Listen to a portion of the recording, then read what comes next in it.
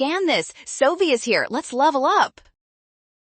Net force ranking looks tricky, but this one collapses fast if you focus on what at rest really tells you about every block.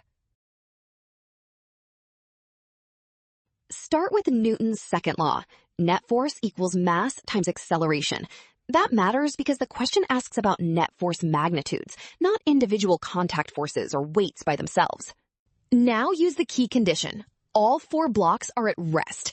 If a block stays at rest, its acceleration is 0, so mass differences do not change the net force. Therefore, each block has net force 0, so their magnitudes are all equal. That makes the ranking A equals B equals C equals D. Well done. Option A, scan now. Trap, do not rush into comparing masses alone. Rule, trust the given at-rest condition and check each step.